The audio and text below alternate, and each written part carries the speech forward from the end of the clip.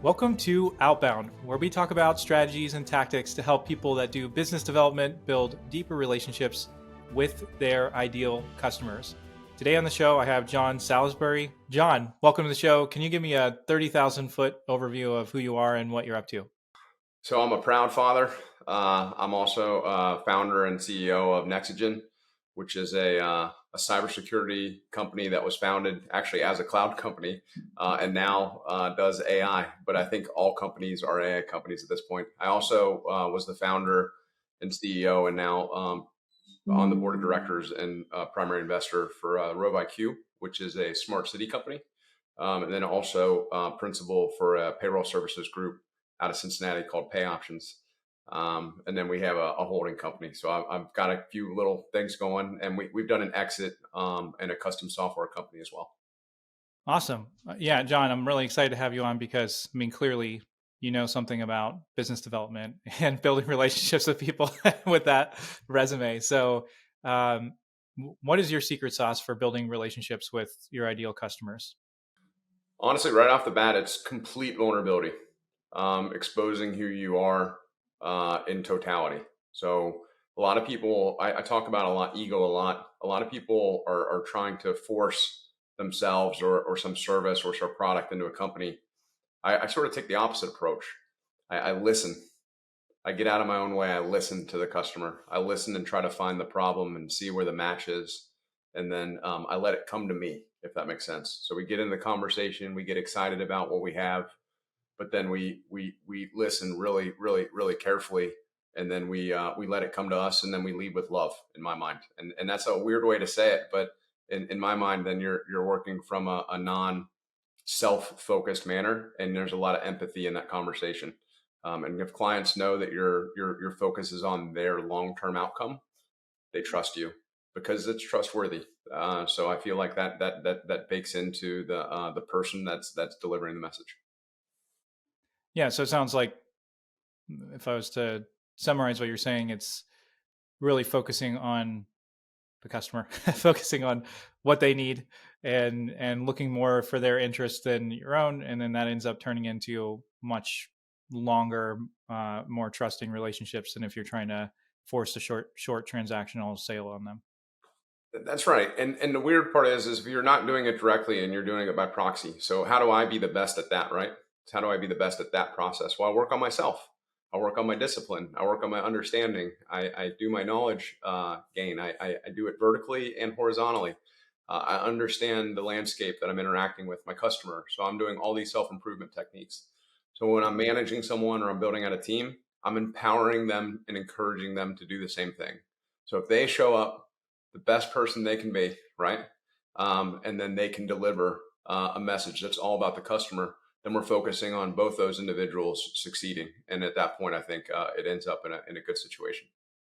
Yeah, I want to come back to that question at the end, and hopefully I don't forget to come back to it because I want to keep rolling and understand your process better. But I some of the people who will be listening to the show do manage teams, and I think that part gets to be challenging about, like, how do you create a culture that is customer centric with incentives and things like that. So let be mulling on that in the back of your mind, but just to kind of give people an understanding of what your process would look like. Um, can you share an example of leading with that complete vulnerability and love, and kind of how you do that, what that looks like in practice? It's weird. It's a lot of trust. So a lot of guys want to get contracts in place and just move forward with this real regimented process. I'm real feel oriented. So I like to interact with the customer up front. I like to expose a little bit, show them that I trust them. And that's a filtration process, right? So you find people through that process that you want to interact with and you don't. And then you lean in. So I've had some crazy examples. We had a place in Indiana that it was a new sale, but the place burnt down. It was a courthouse building. I think 250 people were displaced from work, and they have to do court like in this town in Indiana. So we go to the town and we say, "Hey, we're here to help." And they say, "What does that mean?" And we said, "We're here to help." No, we didn't actually say we're here to bill you a bunch, and like we just showed up with people and said, "Let's dig in and help." So we went with that first. And we ended up being able to put all those people in different locations around the city, in all sorts of manners, and all sorts of little nooks and crannies and different offices and wireless shots and all these types of things from a technology infrastructure standpoint. And it turned out where it was a good outcome. So everybody, they were like, "Thank you, we actually needed you, and let's set up that later, but let's just get to work now." So that was a situation that worked out. That same place I went to, and we had to do some server work. And I'm an engineer, so I come from an engineering background. And I remember being in the engineering room back then, and the judge coming in and saying, "This server gets up in 3 or 4 hours, or you don't leave. I'll put you in jail if you're about to leave." That was the situation I was put in, and I was like, "Is this?" It's not really a sale, but it kind of was, because I'm interacting with the relationship and working with the groups that are there, right? So you welcome what comes to you. So I said, "Listen, I'm going to make this my number one priority. I'll give it all I have. I can't promise anything more than that." I think an hour and a half later, they're back up and good. And that guy's super happy, like, "Attaboy," pat me on the butt as I leave. Right. But those are types of obstacles you deal with if you're in dynamic situations, that are challenging. Another one we had, which I think is super interesting. It's not really a sale. It's more of a build. We created a company out of this. So this is sort of how my mindset works when I see any type of problem. We offered a nonprofit cybersecurity education program for high schools around Cincinnati and Northern Kentucky. So we'd loan out our engineers to the high schools in the Northern Kentucky and Cincinnati area, and we'd teach them how to build a firewall, how to configure switches, how to do all these kind of network things, because there's a major shortage in cybersecurity. So as we went through this program, and we also taught them defensive techniques and attacking techniques from a hacking standpoint. As these kids were in the school, now some of them are doing amazing things, which is great. But as these kids were in the program, like some of the smartest ones, I mean, usually the star running back is not the guy who shows up for this like cyber defense class, right? It's usually a pretty super kind of geeky, intelligent kid. And one of the teachers came in and is like, "Our star player is like not going to show up today." And we're like, "Why is that?" And he's like, "Well, he's not completing his homework." And we're like, "That kid's like the smartest kid I ever met. How's he not completing his homework?"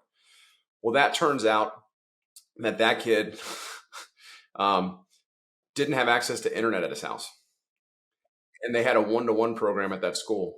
So there's not a there. He has a laptop given to him by the school, um, and he can't get online to complete his coursework. The local businesses don't want him in their local businesses, so that becomes an opportunity to me. That's a sales opportunity if you look at it the right way. So I said, "Well, how the heck's that? Why the heck's that happening? That's near my office. Like, let's figure out this problem more." So we did a survey to every kid in that school with the school doing it on our behalf, and we found out that 33% of the kids didn't have access to internet at home. And they all were one to one in this new progressive. They all had MacBook Airs that were completely useless for the internet. So once we found out the address structure, we realized that there were groups and clumps of addresses together. And we realized that was solvable with technology like Wi-Fi. So we could actually make an impact. So we did some analysis on a map. We looked at the problem. We looked how to solve it. We realized that we didn't have enough money or resources to do it on our own at Nexigen. So we partnered with a company locally, Cincinnati Bell, and asked them, "Could you solve this Wi-Fi problem? And here's what we think it would take." And we sent over all our materials. They said, "It's about $2 million, and do you have the cash?"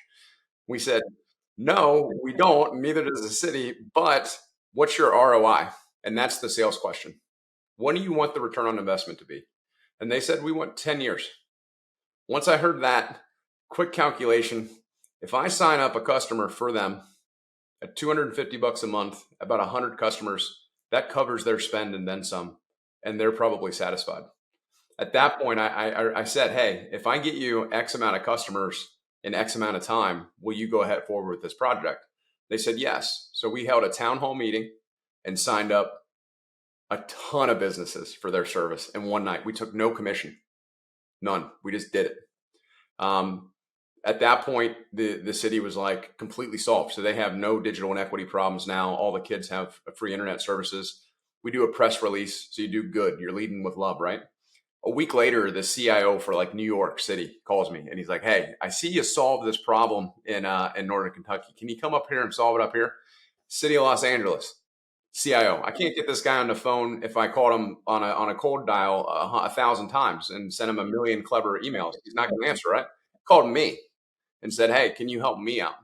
Well, I realized the problem wasn't actually a technical problem. It was more of a funding problem and a self-directed funding problem. Because a lot of the funding problems locally happen from federal.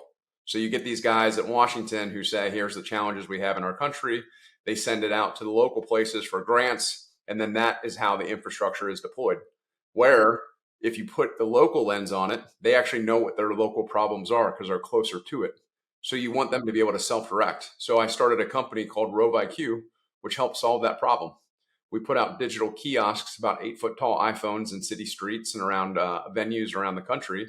Now we're putting them into medical facilities. They do wayfinding, and they're basically virtual ambassadors for the cities or the locations we're at. And then we make money, but we take half of it and we give it to the city, and that becomes self-directed funding. We're plenty healthy, and then we give half of it to the city. Now they can take those funds and solve those problems themselves. And there's other groups that are just like me that do the same thing. In New York, it ended up being a group called Link NYC. And there's some other groups that we compete with as well. But Rove IQ is in that space, and it came from that place. So that came from a place of love, but took engineering and curiosity and exploration and asking questions and listening and understanding and then delivering a solution for that. So it's kind of a build. It's not just selling the same product every time. And I think that speaks to kind of how my mind works. Like, you can have relationships with people, take them golfing, take them to golf trips, take them to the island, pay for hotels. That's all good stuff. But at the end of the day, people want to activate and help other people at their core. So if you can create missions into your programs, you can create community service, you can create good things that you're doing, leading with love, they're going to want to participate. And I think that builds a relationship just as much as hitting 18 with them on the golf course. Yeah, that is definitely a different way of going about building relationships with people.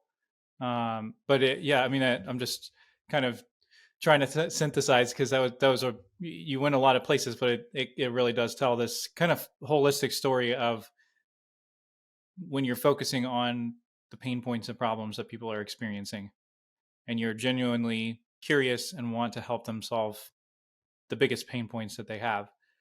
And then you go out and you try to find other ways to solve that problem than what anybody else has thought of before. Then yeah, you're building a relationship. And then, not only have you, because I think one thing that I'm personally taking away from that is, if you're focusing on just transactionally trying to solve a problem for somebody, you might help them and they go, oh wow, thanks for solving that problem. Maybe they would recommend you somewhere, to somebody else, and not even all your customers would do that, but maybe, you really help one of them. They were really in a bind with that tactical thing that you did for them, and they're going to go, wow, that was helpful. If somebody else has that tactical problem, they should talk to Jon. But with what you just described, it's, you're solving a real pain for somebody. That's not a cybersecurity problem, or an IT problem. It's like, this problem for these schools, their kids can't learn and they don't have any way to solve it. They don't have the funding, and they're basically just like, we're screwed. We're doing everything that we can, but there's no way that anybody can solve this problem. When you solve that problem for the school, they're going to be like, their life has changed. The teachers, the school, the kids. You don't do it alone, right? It takes the group. I always say this thing, like, how do you grow 10,000 arms? Like, you get this awesome, or 10,000 hands, you get this beautiful idea, and you're like, man, if I could just have 10,000 arms and hands, I could solve all these problems. Well, you can. It's called working together and collaboration. So we got the whole city behind an initiative, and they work together on it. We can do it with our client base. We can do it with larger groups, smaller groups, online. It's easier than ever now, to get people to work together, to collaborate. And in my mind, that's a strong mission-driven relationship strategy that works really well. There's things like, the guy who taught me how to sell was a guy named Brendan Scanlon. He's not with us anymore. That man was a beautiful human being. He was the best of us.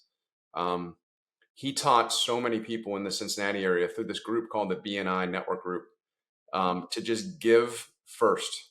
So we're all young 20-year-old entrepreneurs or sales guys coming into these groups, and he'd just go around and be like, hey, you guys want a bunch for yourself. You need to focus on the other way. the give. And he would just preach it to us every week, every week. Give, give first, give first, give first, give, and don't expect anything in return. Now, it's giver gain philosophy is what it's called. He said eventually it'll come back and hit you. And some of them, that mentality has really stuck with me. And a lot of people that I know take that mentality. But I've seen people that are super successful that just give beyond belief. In fact, I feel like their business is giving. Like there's a guy I know who just flew 800 people, 400 of his employees, plus all their spouses, rented out an entire freaking island down in like Mexico, all their expense paid for a week, shut down his whole company, which has retail associated with it, for a week to do this. He throws Christmas parties that are out of control, giving away cars and all these other things to his people. And he does so much in the community. It's ridiculous. He can't give it away fast enough. He might give away like 10 million bucks this year. Next year, he's like, I'll give away 10 again. Right. And next year he gives away 12 because he thinks that's the case. Well, he should have given away 25. So he's like, well, shoot, I only gave away 25. Next year, I'm going to have to give away 27. And then next year he gives away 30. Right. And he still comes under. It's almost like that strategy works almost all the way through. Like you're going to build relationships that way. You're going to surround yourself with good people. You're going to be mission oriented. So I literally am trying to be a more prolific giver all the time. And I tell my team to do the same thing. And if we're selling a widget to whatever, or a cybersecurity tool, that's not why they're buying from you. Are you hustling when they need you get ears on the ground that they're looking for someone and you call your network and find that awesome resource for them that solves their problem? And then now your tool becomes attractive because they know you're going to hustle for anything they need. We have this thing when someone has a major issue with Nexigen, I call them the president and I say, we become their secret service. And I say, all they have to do is whisper and we will show up and surround them and protect them and do anything they need instantly.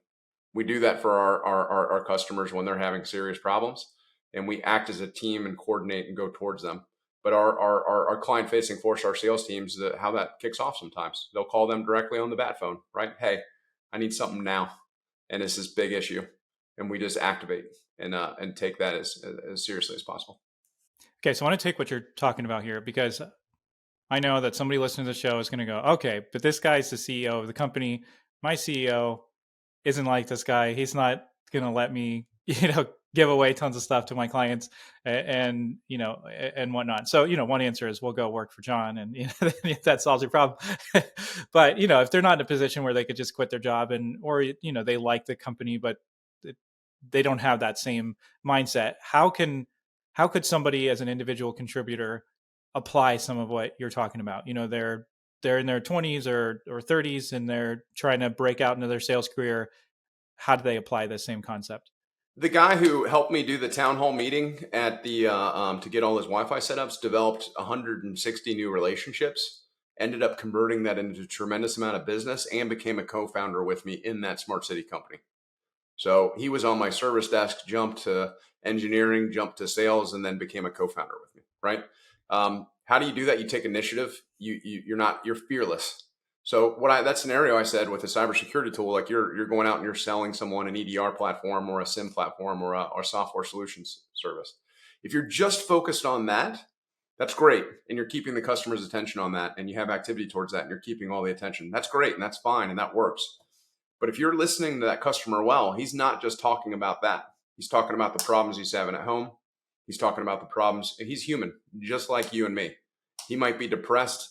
He might be on his couch watching Netflix at night, suffering, right? If you listen closely, you get some of these tangible things. He might be having a major problem in his operations department you don't know about, right? And if you listen closely, he might tell you, and you might have a friend who can help him in that exact situation or another resource or a partner group. And now you're filling gaps in his organizations and entrenching yourself as a person of value and knowledge and helpfulness. Like when I get up in the morning, I personally say it, I'm like, how can I be helpful today? I mean, that's an intrinsic quality we want to have, right? So I try to instill that same thing in the people I work with. And I feel like you can do that. You can sell widgets and also be helpful in other ways. And you'll probably sell widgets 10 times better. Like you're just going to be more helpful in general. And Now, is there a way that you're just focusing on the things that aren't making your money? Yeah, and that's a problem. You don't want to do that, right? So it needs to be a balance, and that's what everything is. And there's no, I feel like people try to break that down into like segments, like X, Y, Z. You do this 7 times, you do this 6 times, you do. It's different for everybody. Everybody's got a way that they bring that into their life, and they interact with people in that way. And when they do, they figure out the balance that works for them. I mean, some people want to make $500,000, $1 million a year. Some people are totally fine at 100, 150, and they want to give more, and that balance for them is fine.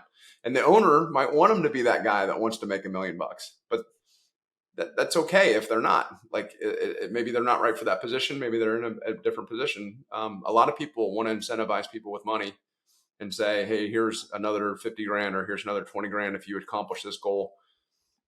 Money to me is not real. I say this as well. It's proof of value. It's proof of something occurring. So let's say I'm a CEO and I'm trying to get my organization more into AI, and I say, hey, next year I'm going to take 10% of our annual research and development budget and put it towards that. So that's 10 million bucks. Well, the 10 million bucks exists, but I'm proving if they don't spend the 10 million bucks that they didn't go out and explore and put activity to learning in that direction. So it's almost proof of work from an accounting standpoint. Hey, my team did work on those things and they're proving it to me, and I can tell by the receipts that they're putting in, right? Same thing with sales. You put the incentive in, that's more proof of the activity you want to happen. But the person that's selling has to believe in the product. They got to believe in you, because you better show up too, right? If you're off gone and they're working for a lost leader, probably not going to be as inspired. If you're not eating what you're serving, and all those just standard basic principles, I think, matter. Yep. Yeah. So that kind of ties then into this next question I wanted to come back to, which is how do you, well, okay, actually, I do want to say something about what you just said, because one thing that I'm learning about the people who are the most successful at sales and professional services, they have that same attitude. They might call it something different, but the main idea is like, you're a connector. And the more that you're networking with people, not just to make a sale, but to truly help people. And then then as you network, you start finding people who are really good at delivering something. And then you run into people who really need that. And then you make those connections. And sometimes it's making a connection to your company and, somebody in a different department or a different, a different group in your company. Sometimes it's just, hey, I talked to somebody yesterday that does exactly that same thing. Or, yeah, you're running into a cybersecurity problem and you've really had some challenges, man, you got to talk to Jon, and then you make that connection. And if you're doing that, if you're talking to people every day and then you're making those connections every day, yeah, people want to work with you then, they're. And the higher you go up in that network, so once you're talking to CEOs and CIOs, if you're trying to sell them, they're not going to talk to you. Yeah. If you're like, hey, I can get you to do this, or I can manipulate you to do that, no, not interested in talking to you. The higher you go up there, the ego becomes, you have to get it smaller and smaller and smaller and smaller. They see it immediately. They see you trying to enforce your will. And they don't like that. So you treat them just like any other human. How you doing? How are your kids? How's your wife? How's your family? These things matter as much, no matter what level. Well, yeah, and sometimes like you could be in a negotiation situation where you could force their hand to kind of have to work with you because you've gone far enough in the deal or whatever, but they're not going to want to work with you again. You might get that contract, but it's not going to be a long-term successful relationship, especially not one where they go out of their way to try to find an opportunity for you down the road. Whereas if you've treated them kindly and with care, they're going to, if an opportunity comes up that's a good fit, they're going to pass it to you and not try to get a cut and not try to do all this stuff necessarily. I mean, sometimes, but they're going to just be wanting to be kind back to you if you've done that to them. That's right. They should. And if they don't, then you filter them out. That's part of the process, right? And then as you get bigger and you're dealing with like corporations that are ginormous or just crazy PE money, these groups are going to be more numbers focused. So if you're not like that, if you're able to do some of these I'm talking about, you have a huge advantage over all this group. You can work nimbly. You can think vertically and horizontally. You're working with kindness. It's not about the almighty dollar at all freaking times. And you're going to just crush these guys. So in my mind, as PE is coming to this market, we're doing better than we ever have, because we're keeping our core values that way, and our people work that way, and we hold our culture that way, and we're crushing it. I think the market's going down. We're going up faster than ever before. And Yeah, so I want to tie back then into that question I was just about to ask you. I've brought it up 3 times. Is you said that you know operate more by feel, and a lot of the things that you're talking about are their soft skills, right? There, and it's personal development. This isn't something where you go, okay, we're going to set up an accountability system where everybody has to hit certain number of dials every day, and if you don't hit that, then you're fired. And I'm not saying I don't know what your accountability looks like, so you might have some accountability things in we place. got some of that too, right? It's Yeah, so I got one of our director of sales. I hire people that are strong where I'm weaker. So I run more field. My business partner is more numbers oriented, and then my sales director has activity plans that we put in place. I mean, you shouldn't have to need to micromanage someone to activity plans if they're just high activity in general. So at some point, you measure their numbers, but you understand that they're just so far exceeding them, it doesn't even make sense, and there's right? a hiring a And hiring then thing it's there. like, do I want to challenge this guy to do twice as much as that? That you have a choice, right? Can he go farther than that? And you may want to push him. There's times when you're a coach, you want to push somebody and say, Yeah, hey, you can actually go even farther and push yourself farther if it's healthy, right? It's got to come down to healthy. It's got to be good for that person, because you can push people too far as well, and then you get into yeah, burnout and all that stuff. So totally. we have an activity plan that we think is healthy, and some most of our people will exceed that activity plan, um, and there it's not something that we have to like. Hey, you didn't make this call on this day, but you do Yeah, have visibility on it, and you do run reviews on it, and you do hold people accountable if they do miss. Um, and you do that as best as you can as well. Managing these things in a positive way is an art form. yeah. So I feel like I don't know if that answers your question.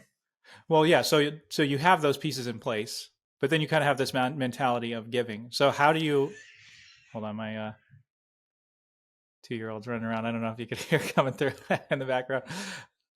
Um, you have these activity plans that you have in place. So, you know, that's kind of the typical sales piece and adding accountability and all of that. But how do you instill that go-giver mindset? You know, how do you instill that into your sales team? Like, how are you imparting that or coaching towards that, or how do you get that built into your culture of your business development or sales folks? I don't think you can force that on people. One is you look for that in your interviewing process, and then two, you model the behavior for them. Once you start forcing things on people, it's now a job. It's now work. It's now I have to. It's now I need to. It's now I'm required to. I'm trying to get them in their own mind to say in the morning, I get to. If they wake up in the morning and say, I get to go to work, I get to interact with clients, I get to have fun today and interacting with my work, I get to hang out with my boss. Um, these are things that I'm looking for them to say to themselves. That's how I try to do it, and I do that through modeling and trying to be a better person myself, and then and showing that publicly and privately. So that's how I do it, I guess. Now, can you systemically do that into some system where you're like persuading them to do that? Yeah, I'm sure you can, but that's not how I've done it so far. Now, my managers that work underneath me, they have little tricks and mechanisms they do to kind of like guide things in certain directions. But my direction to them is what I just told you. All right, so I want to leave people with something ultra practical because you have shared a lot, and some of it's more like theoretical that and mindset, and those things usually take a lot of time to hear them over and over again and see them lived out by example to really change in that. And then some of the things are a little bit more practical. But if somebody I was gonna say tomorrow, but we're recording this on Friday. So, but if somebody wakes up on Monday morning and they hear this episode and they go, "Man, I want to be more like Jon in my approach to business development and networking and relationships," what is one thing that they could start implementing as part of, I don't know, their morning routine, or you know, what's something that they could start working towards that's going to build into that mindset? For me, my big change in my life was when I realized that I needed to really work on myself. The only project I had in this world was myself. It is your kids too, but you're trying to get them to do the same thing, to work on themselves. So when I made that my project and that became my game, then exercise became important, diet became important, meditation and prayer became important, getting time with ones that I cared about most became important. My clients became more important. My team members became more important. And then how I interacted with them and treated them became more important. So everybody's got their own way to go along that journey. And they all have self-exploration. The cool part about the world is today is there's so many smart people that just give away information at no cost. Andrew Huberman, he's literally set up a whole podcast that's just absolutely dominating the internet with just plethora of knowledge that you can just go gather. Same thing with so many others, Lex Friedman, and on and on and on. So go learn, go listen, and then go find out how to be the best person you are. Then realize the world is a freaking amazing place that we get to freaking partake in, and then show it how amazing it is every day when you get out of bed. Awesome. I don't have anything to add to that. That was a great finish there. So, Jon, thank you so much for coming on the show. Really appreciate having you on. Yeah, thank you, brother. I appreciate it.